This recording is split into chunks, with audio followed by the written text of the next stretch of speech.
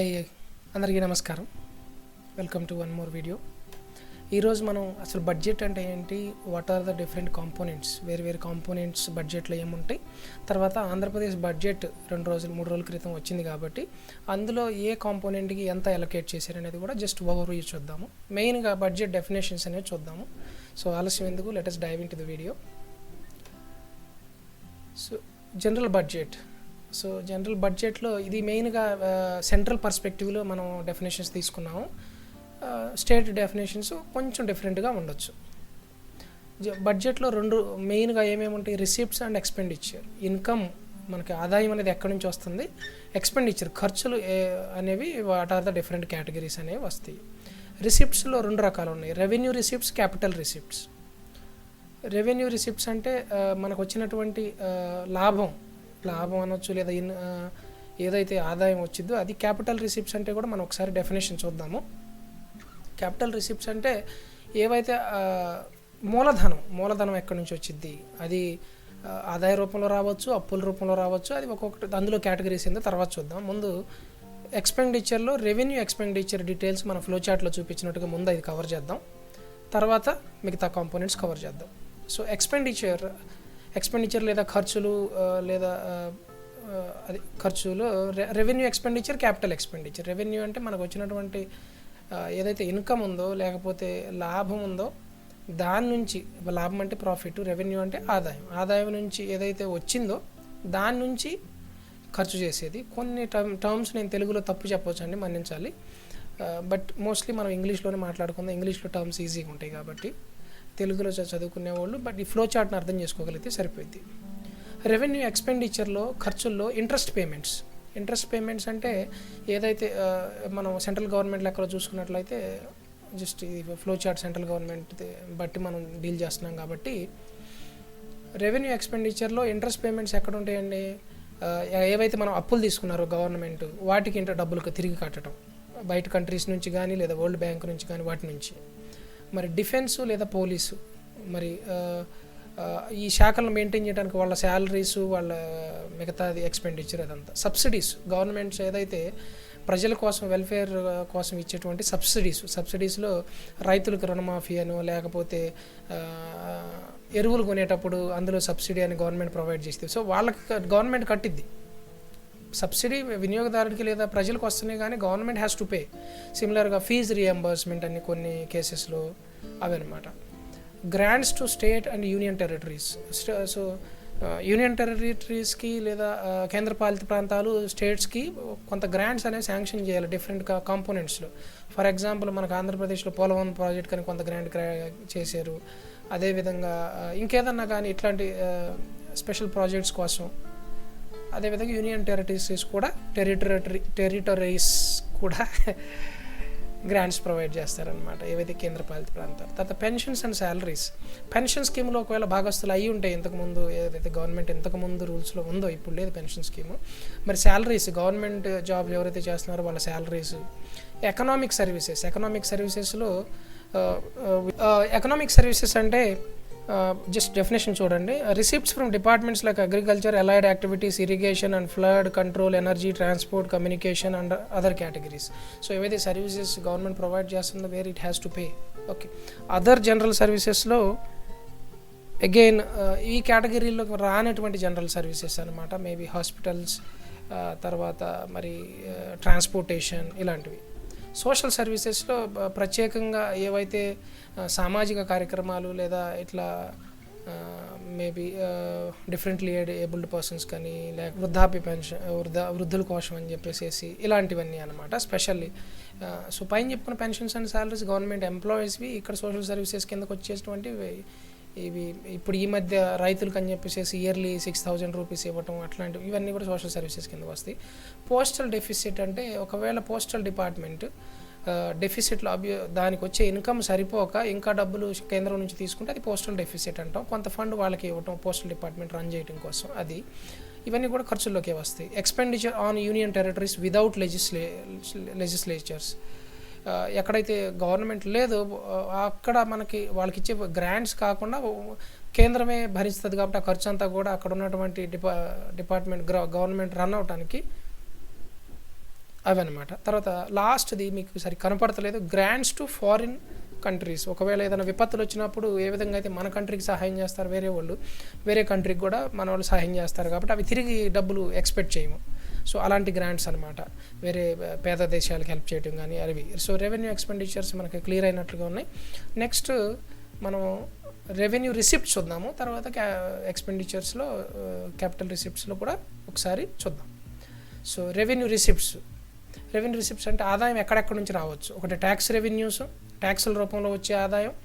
2 non tax revenues. 3 other non tax revenues. ఈ కేటగిరీస్లో ఏమేమి ఉంటాయి? ట్యాక్స్ రెవెన్యూస్ అంటే ఫస్ట్ది ఏదైతే పేజ్ కట్ అయిందో అది ఇన్కమ్ ట్యాక్స్, శాలరీడ్, తర్వాత కంపెనీల నుంచి వచ్చేటువంటి ఇన్కమ్ ట్యాక్స్ రూపంలో వచ్చేటువంటి ఆదాయము, where they have to pay to the government. Excise duties అంటే ప్రొడక్షన్ మీద వేసేటువంటి లేదా మ్యానుఫ్యాక్చరింగ్ మీద వేసేటువంటి డ్యూటీస్. జిఎస్టీ, సర్వీస్ ట్యాక్స్, మనకి జిఎస్టీ అందరికీ బాగా సుపరిచితమైనటువంటి పేరే కాబట్టి no problem. Custom duties, imports and exports మీద ఉన్నటువంటి డ్యూటీస్ లేదా ట్యాక్సెస్ని కస్టమ్ డ్యూటీస్ అంటాము. అవి అడిషనల్గా ఉంటాయి. ట్యాక్సెస్ ఆఫ్ యూనియన్ టెరిటరీస్వి సపరేట్గా ఎందుకు వేరే కేటగిరీలో చూపించారంటే వాటి ఖర్చులు కూడా కేంద్రమే భరిస్తుంది కాబట్టి అక్కడి నుంచి వచ్చే ట్యాక్స్ని కూడా, ఆదాయాన్ని కూడా సపరేట్ కేటగిరీలో చూపించారు. Other taxes and duties, apart from పైన చెప్పుకున్నటువంటి ఈ ట్యాక్సులు కాకుండా ఇంకేదన్నా కానీ ఫైనల్ రూపంలో కానీ ఇంకా వేరే ఇలాంటివి ఏదన్నా ఉంటే అవి అదర్ ట్యాక్సెస్ అండ్ డ్యూటీస్ కిందకు వస్తాయి అన్నమాట. నాన్ ట్యాక్స్ రెవెన్యూస్లో interest and dividends and profits. ఇక్కడ నాన్ ట్యాక్స్ రెవెన్యూ ఇంట్రెస్ట్ అంటే if it is a government గ్రాంట్లు వాళ్ళకి అలొకేట్ చేసే మనీ కాకుండా స్టేట్స్కి కొంత అప్గా కూడా ఇచ్చిద్ది అనమాట. Money they have to pay back to the government. So that అవి తిరిగి కట్టేటప్పుడు అది ఇంట్రెస్ట్ రూపంలో కట్టాలి. సో కింద ఉన్నటువంటి అడ్మినిస్ట్రేటివ్ డిపార్ట్మెంట్స్కి, మనం సెంట్రల్ గురించి మాట్లాడుకుంటే ఆ ఇంట్రెస్ట్ రూపంలో వచ్చేటువంటి money. Dividends and profits, government కొంత పార్ట్ పబ్లిక్ సెక్టర్ కంపెనీస్లో కానీ ప్రైవేట్ సెక్టార్లో కూడా కొంత పార్ట్, ఒకవేళ ఏ కంపెనీల్లో అయితే గవర్నమెంట్కి షేర్ ఉంటే దాని నుంచి మరి కంపెనీ ప్రాఫిట్స్ డిక్లేర్ చేసినప్పుడు ఆ ప్రాఫిట్స్ ఎంత షేర్ అయితే ఉందో దానికి తగ్గట్టుగా, అలాగే డివిడెండ్స్ లైక్ ఏ నార్మల్ షేర్ హోల్డర్ గవర్నమెంట్కి కూడా డివిడెండ్స్ అండ్ ప్రాఫిట్స్ వెళ్తాయి. అవి నాన్ ట్యాక్స్ రెవెన్యూ కిందకి వెళ్తాయి అనమాట. Next other non tax receipts కిందకే apart from tax and non ట్యాక్స్కి ఏమేమి ఉన్నాయి? ఇంకా ఫిస్కల్ సర్వీసెస్ అంటే again 2 categories, currency, coinage, mint, other fiscal services. అంటే ఈ మనీ ఏదైతే ఆర్బీఐ మనకి ప్రొడ్యూస్ చేస్తుందో, okay, just look at the definition. Currency, coinage, mint అంటే మెయిన్గా ఈ ట్రాన్సాక్షన్కి అవసరమైనటువంటి ఏదైతే మారక ద్రవ్యం ఉందో అలాంటి సర్వీసెస్లో government is going to get income. Okay, తర్వాత అదర్ ఫిస్కల్ సర్వీసెస్లో అపార్ట్ ఫ్రమ్ దిస్ కరెన్సీ అంటే కరెన్సీ ప్రింట్ చేసి రిలీజ్ చేసినప్పుడు ఎంతైతే గోల్డ్ వాల్యూ ఉందో దాన్ని, అది కదా. అలాగే అదర్ ఫిస్కల్ సర్వీసెస్ ఏమున్నాయి అనేది ఒకసారి మీరు చెక్ చేయండి. దెన్ అదర్ జనరల్ సర్వీసెస్ నుంచి కూడా ఇన్కమ్ వచ్చింది. ఇప్పుడు పైన మనం ఫర్ ఎగ్జాంపుల్ హాస్పిటల్స్ అన్నాము, హాస్పిటల్స్లో ఎక్స్పెండిచర్ ఎలాగ ఉంటుందో ఎంతో కొంత మినిమం ఇది అనేది ఖర్చు అనేది గవర్నమెంట్ ఖర్చుతో పాటుగా కొంత ఈ ఏమంటాము ఛార్జెస్ అనేవి పెడతారు కదా సర్వీసెస్లో. ఫర్ ఎగ్జాంపుల్ ట్రాన్స్పోర్టేషన్ నడుపుతుంటే ట్రాన్స్పోర్టేషన్ ఛార్జెస్, గవర్నమెంట్ బస్సులు అయితే ఖర్చుతో పాటుగా ఎవరైతే టికెట్లు కొనడానికి మనం పెడతామో, లేదా రైల్వేస్లో చూసుకుంటే we're paying money for travelling, government ఖర్చు చేసినా కానీ రైల్వే డిపార్ట్మెంట్ నుంచి ఆ విధంగా ఇన్కమ్ అనేది వచ్చింది అనమాట. అదర్ అది సోషల్ సర్వీసెస్ నుంచి కూడా ఇన్కమ్ వచ్చే అవకాశం ఉంది పైన ఎక్స్పెండిచర్లు మనం చూసుకున్నట్టుగా. గ్రాంట్స్ ఇన్ ఎయిడ్ కాంట్రిబ్యూషన్స్లో ఇప్పుడు ప్రైవేట్ పార్టీస్ అంటే ఇండివిజువల్ వ్యక్తులు ఏదన్నా నేషనల్ కెలామిటీ కానీ విపత్తు వచ్చినప్పుడు వాళ్ళు డొనేట్ చేస్తూ ఉంటారు కదా, అవి గ్రాంట్స్. అదేవిధంగా ఫారిన్ కంట్రీస్ ఇచ్చే గ్రాంట్స్ అనమాట. వాటిని గ్రాంట్స్ ఇన్ ఎయిడ్ కాంట్రిబ్యూషన్, లేదా ఎయిడ్ అంటే సహాయార్థం ఇచ్చేటువంటివి ఆ ఇన్కమ్గా చూడవచ్చు. Non tax receipts of union territories, again union టెరిటరీస్లో ట్యాక్స్తో పాటుగా నాన్ ట్యాక్స్ కూడా ఇంకేమన్నా ఆదాయం వస్తుంటే అది కూడా it comes under. Union territories separate హెడ్గా ఎందుకు చూపించారంటే సెంట్రల్తో పాటుగా వాటిని సపరేట్గా పాలిస్తుంది కాబట్టి. నా క్యాపిటల్ రిసిప్ట్స్లో ఆదాయం ఏమేమి పాసిబిలిటీస్ ఉన్నాయని మనం చూసుకుందాం. క్యాపిటల్ అంటే ఇంకా చెప్పాలంటే మన దగ్గర ఉన్నటువంటి మూలధనం అనొచ్చు. మూలధనం ఇనిషియల్గా ఉండకపోవచ్చు, క్యాపిటల్ ఎక్స్పెండిచర్ అన్నా కానీ అదే మూలధనాన్ని ఖర్చు చేయటం ఉన్నదాన్ని. రిసిప్ట్స్ అంటే మూలధనం ఎక్కడెక్కడ నుంచి గవర్నమెంట్కి వచ్చింది, రెవెన్యూ ఆదాయం వచ్చే కేటగిరీ వేరు. మూలధనం అంటే ముందు నుంచే డబ్బులు ఉండాలి లేదా డబ్బులు వచ్చే అవకాశం ఉన్నటువంటి what are the different sources అని చూసుకుంటే నాన్ డెప్ట్ క్యాపిటల్ రిసిప్ట్స్ అన్నాము. అంటే అప్పు తీసుకోకుండా వచ్చేటువంటి క్యాపిటల్ రిసిప్ట్స్. నాన్ డెప్ట్ క్యాపిటల్ రిసిప్ట్ చూసే ముందు లెటస్ కవర్ ఫస్ట్ డెప్ట్ క్యాపిటల్ రిసిప్ట్స్. అందులో కవర్ చేయని ఏమైనా ఉన్నాయో మనకి ఈజీగా అర్థమైపోయింది ఇక్కడ. సో డెప్ట్ క్యాపిటల్ రిసిప్ట్స్ అంటే అప్పు తీసుకొని మూలధనాన్ని డబ్బు కూడగట్టుకోవటం అప్పుల రూపంలో లేదా అలాంటి లేదా ఏదో ఒక బర్డెన్ అనేది లయబిలిటీ అనేది ఉంటుంది అనమాట. లయబిలిటీ అంటే కొంత భారం అనేది ఉంటుంది అనమాట, ఈవెన్ దో మూలధనం కూడుకున్నంత మాత్రాన. అలా మనం అర్థం చేసుకోగలిగితే రెండు రకాలు ఉన్నాయి.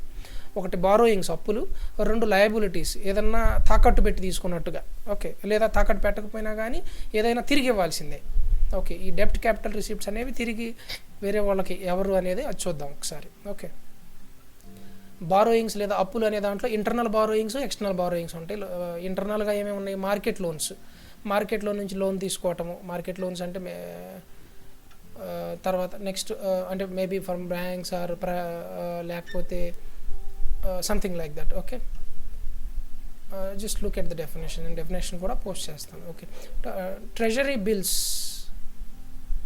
Bills issue to RBI and other banks. Okay, ఇప్పుడు లోన్స్ తీసుకోవటమే కాకుండా సారీ ఇక్కడ మార్కెట్ లోన్స్ అంటే ఇంటర్నల్ బారోయింగ్స్ అన్నాం కాబట్టి they are borrowings which are taken inside the country. Okay, మరి ట్రెజరీ బిల్స్ అంటే ఏంటంటే గవర్నమెంట్ దగ్గర treasury bills short term bills ఉంటాయి అనమాట. అవి మేము తిరిగి ఇస్తాము అన్నట్లు. అవి ఆర్బీఐ దగ్గర లేదా బ్యాంక్స్ దగ్గర తాకట్టు పెట్టి కొంత లోన్ తీసుకుంటుంది. అవి ఏంటంటే ఫిక్స్డ్ పీరియడ్, 14 days అని, 90 days అని, 70 days అని, అట్లాంటివి అనమాట. అండ్ మరి ఇక్కడ ఆర్బీఐకి బ్యాంక్స్కి ఏంటి లాభము అంటే ఆ ట్రెజరీ బిల్స్ డిస్కౌంటెడ్ రేట్కి ఇస్తారు. ఓకే, వాళ్ళకి తిరిగి కొనుక్కునేటప్పుడు దాని ఒరిజినల్ వాల్యూకి గవర్నమెంట్ తీసుకుంటుంది అనమాట. And within that stipulated period, interest ఏమి ఉండదు. సో బిల్స్ తాకట్టు ఇష్యూ చేసి వాళ్ళ దగ్గర లోన్స్ తీసుకోవటం అన్నట్టు. నా అదర్ ఇంటర్నల్ డెప్ట్స్ ఇంకేం పాసిబిలిటీ ఉంది గవర్నమెంట్కి? Funded securities. Okay, funded securities అంటే అగైన్ గవర్నమెంట్ కొంత ఫండ్ సెక్యూరిటీస్లో లేదా ఇన్వెస్ట్మెంట్ టైప్లో పెట్టిన దాన్ని అవి సెక్యూరిటీ లాగా పెట్టేసి తీసుకుంటారు. Other special securities issue to RBI. Again ఆర్బీఐకి apart from the treasury bills special securities అనేవి కూడా గవర్నమెంట్ ఇచ్చిద్ది అనమాట. Ways and means advance. Okay, అంటే డబ్బులు అడ్వాన్స్గా తీసుకోవటం. వేస్ అండ్ మీన్స్ స్పెషల్ సెక్యూరిటీస్లో bonds issued by government to raise funds which were outside its annual borrowing programme such as oil bonds, fertilizer bonds were classified as special securities. If these bonds were subscribed by RBI, they are accounted in this head. Okay, apart from this treasury bills కాకుండా వేరేది ముందు నుంచే allocate చేసినవి కాకుండా oil bonds, fertiliser bonds అనేవి కూడా release చేసేది government ఇలాంటి కేటగిరీలో. అవి స్పెషల్. నా what are the ways and means? RBI acts as a banker to government. It's keeps the bank account government. It receives and pays money on behalf of the government. If the balance goes negative, RBI lends short term interest bearing advance to government. It's called the ways and means advance. So government డైరెక్ట్గా మనీని deal చేయదు కాబట్టి RBI through deal చేసేది కాబట్టి RBI నుంచి ఏదైనా advance తీసుకుంటే ఒక బ్యాంక్ అకౌంట్ లాగా మనం అజ్యూమ్ చేసుకుంటే మనం ఏ విధంగా అయితే లోన్ తీసుకుంటామో ఆ విధంగా వేస్ అండ్ మీన్స్ అనే కేటగిరీ కిందకు వచ్చింది అనమాట. నా special floating and other loans అంటే ఏంటో ఒకసారి డెఫినేషన్ చూద్దాము. Special loan scheme are launched to raise money and their interest is subject to revision periodically in accordance which some predefined variables. These are called special floating. Such scheme was launched in 2001 and 2. Special floating అనే ఒక కేటగిరీలో interest అనేది variable ఇంట్రెస్ట్తో కూడా government launch చేసి loans అనేది తీసుకోవచ్చు అనమాట. ఇవన్నీ కూడా బారోయింగ్స్ కిందకే వస్తాయి. మన సెక్యూరిటీస్ అగైన్స్ స్మాల్ సేవింగ్స్ 1999, 2000 ఈలో government of India created a fund called national small savings fund in the public accounts of India. Okay, ఈ స్మాల్ సేవింగ్ ఫండ్ అనేది తీసుకున్నప్పుడు జనాలు ఎవరైతే అందులో దాచుకుంటారో స్మాల్ సేవింగ్స్ ఫండ్లో అది సేవింగ్స్ కిందకి వెళ్తుంది కాబట్టి మనకి ఒక స్టిపులేటెడ్ పీరియడ్ అనేదాకా అది యాక్సెసిబుల్ కాదు యూజర్కి లేదా కస్టమర్కి. సో ఇదంతా government it can be utilized by అది గవర్నమెంట్ వాడుకోవచ్చు అనమాట. ఎందుకంటే వాళ్ళకి వెంటనే ఇవ్వాల్సిన పని లేదు కాబట్టి అలాంటి స్మాల్ సేవింగ్స్ ఫండ్లో నుంచి ఉన్నటువంటి డబ్బును కూడా గవర్నమెంట్ అవసరాన్ని బట్టి వాడుకోవచ్చు. Compensation bonds and other bonds. Compensation bonds అంటే ఏదైనా కానీ గవర్నమెంట్ ల్యాండ్ అక్వైర్ చేసినప్పుడు లేదా ఏదైనా ఇట్లా వాళ్ళకి కాంపెన్సేషన్ లేదా కెలామిటీస్ వచ్చినప్పుడు కాంపెన్సేషన్ మనీ ఇవ్వలేకపోతే వాళ్ళకి బాండ్స్ ఇష్యూ చేసిద్ది. ఆ బాండ్స్ అలాంటి బాండ్స్ ముందుగానే రెడీగా ఉంటాయి. సో అవి ఒకవేళ అవసరం అయితే ఈ బాండ్స్ను కూడా తాకట్టు పెట్టే అది కూడా డబ్బుల రూపంలోనే ఉంటుంది కాబట్టి వాటి నుంచి కూడా బారోయింగ్స్ చేయొచ్చు అనమాట government. Okay. Now non negotiable non interest bearing securities issue to international financial institutions. International financial institutions అంటే వరల్డ్ బ్యాంక్ కావచ్చు, లేదా వేరే కంట్రీ కావచ్చు, లేదా IMF ఇంటర్నేషనల్ మానిటరీ ఫండ్ కావచ్చు. వాళ్ళ దగ్గర నుంచి అప్పు తీసుకున్నప్పుడు government issues non interest bearing securities. Okay, అంటే అక్కడ వాళ్ళకి వడ్డీ ఏం కట్టదు, బట్ యాజ్ ఏ అప్పుగానే వాళ్ళు తీసుకుని మళ్ళీ తిరిగి కట్టాల్సి వచ్చింది. లైక్ మన దేశంలో కానీ వేరు స్టేట్స్ కూడా దే విన్ టేకెన్ ఇది అప్పులుగా తీసుకుంటారు కాబట్టి వరల్డ్ బ్యాంక్ నుంచి. ఎక్స్టర్నల్ బారోయింగ్స్లో మల్టీలేటరల్ లోన్స్ అంటే again it is from world bank నుంచి అలాంటివి అనమాట. ఇక్కడ వరల్డ్ బ్యాంకులు ఇక్కడ ఏంటంటే బాండ్స్ అనేవి సెక్యూరిటీగా పెట్టి తీసుకుంటారు. వేరేజ్ మల్టీలేటరల్ లోన్స్ అంటే ఇవే మన వరల్డ్ బ్యాంక్ నుంచి కానీ అలాంటివి ఇంటర్నేషనల్ బ్యాంక్ నుంచి లోన్ తీసుకోవటం. బైలాటరల్ లోన్స్ అంటే వేరే కంట్రీ నుంచి లోన్ తీసుకోవటం, అప్పు తీసుకోవటం. ఓకే, నా అదర్ లయబిలిటీస్లో అప్పులు కాకుండా ఇంకేముంటాయి? ఇంకా ఒకవేళ గవర్నమెంట్ దగ్గర ఈ క్యాపిటల్ ఎక్కడి నుంచి రైజ్ అయ్యిద్ది, ఎక్కడ ఉన్నాయి వాళ్ళ దగ్గర వాడుకోవడానికి డబ్బులు ఇంకెక్కడ ఉన్నాయి అంటే లయబిలిటీ, ఎందుకంటే వాళ్ళకి తిరిగి ఇవ్వాలి కాబట్టి. స్మాల్ సేవింగ్స్ స్కీము, ఇంకా ఎవరైనా సరే ఇప్పుడు గవర్నమెంట్ డబ్బులు దాచుకునే డిఫరెంట్ స్కీమ్స్ ఉన్నాయి బ్యాంకులు, అవి 5 years and 10 years and 20 years అని పోస్టల్లో ఉన్నట్టుగానే అట్లా అనమాట. అలాంటి సేవింగ్ స్కీమ్స్లో డబ్బులు దాచుకునే గవర్నమెంట్ దగ్గరికి వెళ్తాయి కాబట్టి అవి. Provident funds government no need to pay. Okay, government వాళ్ళు రిటైర్ అయిన దాకా ప్రావిడెంట్ ఫండ్ ఎప్పుడైతే PF ఉందో ఇప్పుడు ఎర్లియర్ గవర్నమెంట్ జాబ్ హోల్డర్స్కి, అవి చివరిలో పే చేయాలి కాబట్టి ఆ డబ్బులన్నీ కూడా గవర్నమెంట్ దగ్గర ఈవెన్ దో వాళ్ళకి ఇచ్చినట్టుగా పేపర్ మీద ఉన్నా కానీ అది గవర్నమెంట్ దగ్గర అవైలబుల్గా ఉంటుంది వాడుకోవడానికి. అదర్ అకౌంట్స్ అంటే నా రిజర్వ్ ఫండ్స్ అనేది ఏంటో చూద్దాము. అదర్ అకౌంట్స్ అంటే ఇలాంటివి అన్నట్టుగా ఉంది. రిజర్వ్ ఫండ్ అంటే యాక్చువల్గా RBI దగ్గర కొంత రిజర్వ్ ఫండ్ అనేది ఉంటుంది అత్యవసర పరిస్థితులకు వాడుకునేది. అది కూడా గవర్నమెంట్కి it is readily available for government to dispose, అంటే వాళ్ళకి యాక్సెసిబుల్గా ఉంటుంది అవసరాన్ని బట్టి. నాన్ డెప్ట్ క్యాపిటల్ రిసిప్ట్స్ అంటే ఏముంటాయి అంటే ఇవి అర్థం నాన్ డెప్ట్ క్యాపిటల్ అంటే అప్పే ఉండదు అనమాట. మరి ఎట్లా, సపోజ్ గవర్నమెంట్ ఏదైనా బిల్డింగ్ కట్టింది, ఓకే, లేదా గవర్నమెంట్ ఏదైనా కంపెనీ స్టార్ట్ చేసింది, అవి ఇనిషియల్గా ఎక్స్పెండిచర్లో మనం చూసాం కదా, క్యాపిటల్ ఎక్స్పెండిచర్లో. ఈ క్యాపిటల్ ఎక్స్పెండిచర్ అంటే capital expenditure is nothing but ఇనిషియల్గా స్పెండ్ చేసి తర్వాత కొద్దిగా రికవర్ అయ్యే అవకాశం ఉందన్నమాట, రికవరీ చేసుకుంటారు. ఎగ్జాంపుల్ నేను తీసుకుంటే, ఫర్ ఎగ్జాంపుల్ స్టేట్గా మనకి చంద్రబాబు నాయుడు గారి టైంలో హైటెక్ సిటీ కట్టారు. దానికైన ఎక్స్పెండిచరు తర్వాత కంపెనీస్కి రెంట్కి ఇచ్చేసి దాని నుంచి రికవర్ చేసుకున్నారు. అదే సిమిలర్గా ఇప్పుడు మరి క్యాపిటల్ ఎక్స్పెండిచర్లో ఇప్పుడు ఆంధ్రప్రదేశ్కి కొత్త క్యాపిటల్ వచ్చింది, లేదా తెలంగాణలో డెవలప్మెంట్ కోసం ఏదైతే గవర్నమెంట్ స్పెండ్ చేసిందో డిఫరెంట్ గవర్నమెంట్ ఆఫీసెస్ కట్టడానికి కానీ వేరే సర్వీసెస్ సెక్టర్ ఎస్టాబ్లిష్ చేయడానికి, అది క్యాపిటల్ ఎక్స్పెండిచర్. దాని నుంచి రికవర్ చేసుకోవటం మెల్లిగా రెంటల్ రూపంలో కానీ సర్వీసుల రూపంలో కానీ రికవర్ చేసుకునే దాన్ని క్యాపిటల్ రిసిప్ట్స్ అంటాం. నాన్ డెప్ట్ ఎందుకంటే ఇది కొత్తగా అప్పు క్రియేట్ అవ్వదు కాబట్టి, ఇది ఆల్రెడీ స్పెండ్ చేసిన వాటి నుంచే తిరిగి ఆదాయం ఏమంటాము తిరిగి రిటర్న్స్ తీసుకుంటున్నట్టు కాబట్టి అది నేను జస్ట్ 2 ఎగ్జాంపుల్స్ ఇచ్చాను, యూ కెన్ అండర్స్టాండ్.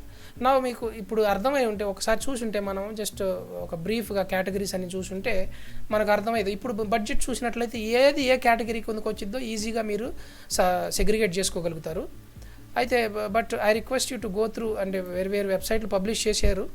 అయితే ఈ సంవత్సరం 2021-22 బడ్జెట్లో ఎంత అంచనా, 2,29,779.27 కోట్ల బడ్జెట్ ఆంధ్రప్రదేశ్ గవర్నమెంట్ ఇచ్చింది. ఓకే, అందులో హైయెస్ట్ ఎక్స్పెండిచరు 47,283 కోట్లతో జెండర్ బడ్జెట్ లేదా ఉమెన్ వెల్ఫేర్ కోసం అనేది తీసుకొచ్చారు. అందుకని దీన్ని జెండర్ బేస్డ్ బడ్జెట్ అని అన్నారు, ఎందుకంటే హైయెస్ట్ ఎక్స్పెండిచర్ ఇక్కడ స్పెండ్ చేశారు, క్లియర్గా చూపించారు. అది ఎంతవరకు ఖర్చు అనేది మన తర్వాత సంగతి. సో మీరు రాసుకునేటప్పుడు హై నుంచి లోగా లేదా కేటగిరీ వైజ్, అంటే సోషల్ సర్వీసెస్ సపరేట్గా, తర్వాత ఇట్లా మనం ఇందాక అనుకున్నాం కదా రెవెన్యూ ఎక్స్పెండిచర్లో ఉన్న కేటగిరీ వైజ్ బడ్జెట్ని కనుక లిస్ట్ అవుట్ చేసుకోగలిగితే ఇట్ ఈజ్ ఈజీ టు, అదే ఇప్పుడు చూపించిన ఫ్లో చార్ట్ లాగానే మీరు ఫ్లో చార్ట్ వేసుకుంటే it is easy to remember. Okay, but just నేను ఓవర్వ్యూ కోసం మీకు జస్ట్ ఇస్తాను. మనకి 2021-22 ప్రకారం ఎంత ఎక్స్పెండిచరు, 2,29,779.27 కోట్లు.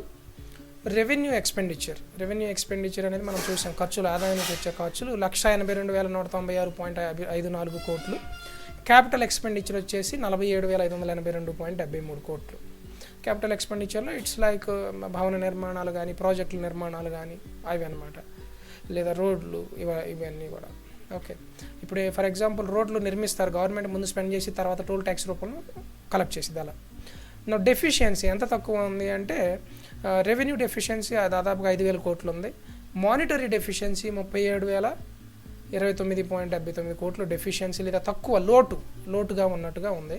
మానిటరీ డెఫిషియన్సీ చూసుకుంటే 2019-20తో పోల్చుకుంటే మనకి అప్పుడు 4.08గా ఉంది, ఇప్పుడు 3.48% ఉందనేది, అంటే వీళ్ళు తక్కువ ఉంది అన్నట్టుగా చెబుతున్నారు. అంటే in fact we have made improvement అన్నట్టుగా గవర్నమెంట్ ప్రకటించింది. రెవెన్యూ డెఫిషియన్సీలు కూడా 0.47% చూపించారు. వేరేజ్ అదే 2019-20లో 4.08% ఉంది. తర్వాత but in fact there is an improvement, మేము ఇంప్రూవ్మెంట్ చేసాము అన్నట్లుగా గవర్నమెంట్ చూపిస్తుంది అనమాట, Andhra Pradesh government. And but still there is a deficiency. Okay, revenue deficiency 5,000 కోట్లు ఉంది. మరి ముఖ్యంగా హైయెస్ట్ స్పెండ్ అనేది ఒకసారి చూద్దాము. Where is it? ఉమెన్ డెవలప్మెంట్కి 40, ఇక్కడ చూడొచ్చు మీరు ఈ పేజ్లో 47,283.21 కోట్లు స్పెండ్ చేశారు. ఇవన్నీ కూడా వెల్ఫేర్ ప్లాన్స్, ఇవన్నీ కూడా సోషల్ సర్వీస్ కిందకు వస్తాయి. బ్రాహ్మణ్ వెల్ఫేర్ అని, ఎస్సీ సబ్ ప్లాన్ అని, ఎస్టీ సబ్ ప్లాన్ అని, మైనారిటీ యాక్షన్, చిన్నారుల కోసం. ఈ నంబర్స్ అన్నీ కూడా యూ కెన్ డౌన్లోడ్. గుర్తుపెట్టుకోవాలి, వేరే ఆప్షన్ లేదు. ఎవరైతే ఇప్పుడు ఈ సంవత్సరం exam రాయాలనుకుంటున్నారో. Okay, Jagananna Vasathi Deevena, all these things comes under welfare. So and ఇప్పుడు రైతులకు 0 వడ్డీ చెల్లింపులకు 500 కోట్లు అన్నది కూడా వెల్ఫేర్ కిందకే వచ్చింది. ఓకే, చేదోడు, వాహన మిత్ర, నేస్తం, మత్స్యకారులకి, ఇవన్నీ కూడా వెల్ఫేర్. నా ఇప్పుడు చూడండి, శ్రీకాకుళం డిస్టిక్లో పలాస ఆసుపత్రికి 50 కోట్లు, అంటే దిస్ కమ్డర్ అదర్ జనరల్ సర్వీసెస్ లేదా క్యాపిటల్ ఎక్స్పెండిచర్ కింద కూడా ఇది వచ్చింది అంటే హాస్పిటల్ కడుతున్నారు కాబట్టి. హౌసింగ్, బేసిక్ ఎమ్యూనిటీస్ 5,661 కోట్లు. But it is a service. Okay, దీని నుంచి మనకు తిరిగి ఆదాయం రాదు కాబట్టి housing, basic amenities it's service అనమాట, జనరల్ సర్వీసెస్ కిందకు వస్తాయి అనమాట. పరిశ్రమలకు ఇన్సెంటివ్ కోసం, ఎలక్ట్రానిక్. ఓకే, ఈ నెంబర్స్ అన్ని మీరు చూసుకోండి. Best way is like this, category వైజ్గా if you can write down, మీరు రాసుకోగలిగితే ఈజీగా గుర్తుపెట్టుకోవచ్చు. ముఖ్యంగా ఉమెన్ బేస్డ్ బడ్జెట్ అన్నారు కాబట్టి క్వశ్చన్ దాని మీద రాకపోవచ్చు, ఎందుకంటే ఎవ్రీబడి రిమెంబర్స్ దట్, అది ఎవరు ప్రతి ఒక్కరు గుర్తుపెట్టుకుంటారు కాబట్టి. అయినా కానీ మీకు నేను చదవాలి అనుకుంటే okay, I'm just scrolling down. Okay, దీన్ని చదవటం వల్ల వీడియో సైజ్ పెరిగితే కానీ మీకేం ఉపయోగం లేదు, మీ అంతటా మీరు చదువుకోకపోతే దీని నుంచి బెనిఫిట్ పొందేది లేదు కాబట్టి I'm stopping here. Okay, thank you guys. If you like the video please subscribe our channel.